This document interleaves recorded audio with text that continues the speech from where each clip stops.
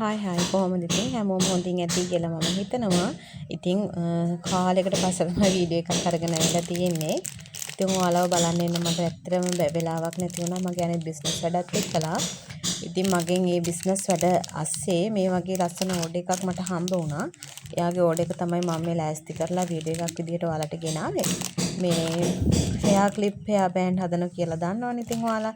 ඉතින් මේ තියෙන්නේ අපි එයා ඉල්ලපු ටික හදලා යවපු විදිහ. ඉතින් ඔයාලටත් මේ වගේ ස්මෝල් බිස්නස් එකක් කරන්න කැමති කවුරු හරි ඉන්නවා නම් අපිට ඕඩර් එකක් දාන්න පුළුවන්. බොහොම පුංචි මුදලකට තමයි මගෙන් ඔයාලට මේ අයිටම් හම්බ වෙන්නේ.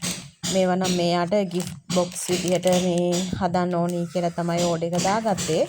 අපේ ගෙදර වටපිටාවේ පොඩ්ඩක් සද්ද වැඩි අද ගෙදර මේ පොඩි වැඩක් වෙනවා. ඒ නිසා වටපිටාවේ සද්ද ගැන එච්චර හිතන්න එපා ළමයි.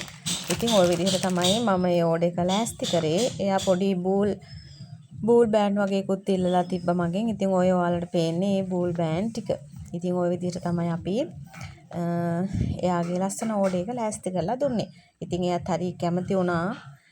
ඩිසයින් ටික මම එයාට ඉස්සෙල්ලා පෙන්නුවා. පෙන්නලා තමයි හදලා දුන්නේ. ඉතින් අපේ මේ බිස්නස් එක විතරක් නෙවෙයි 3-5 බිස්නස් එකක් වෙනම යනවා. එතකොට තේකොළ බිස්නස් එකක් වෙනම යනවා. ඒවට සම්බන්ධ වෙච්ච අය ඉන්න YouTube එක හරහා සම්බන්ධ වෙච්ච අයත් ඉන්නවා. ඉතින් මේ වගේ තවත් වීඩියෝ එකක් අරන් එනකන් හැමෝම සතුටින් පරිස්සමින් ඉන්න.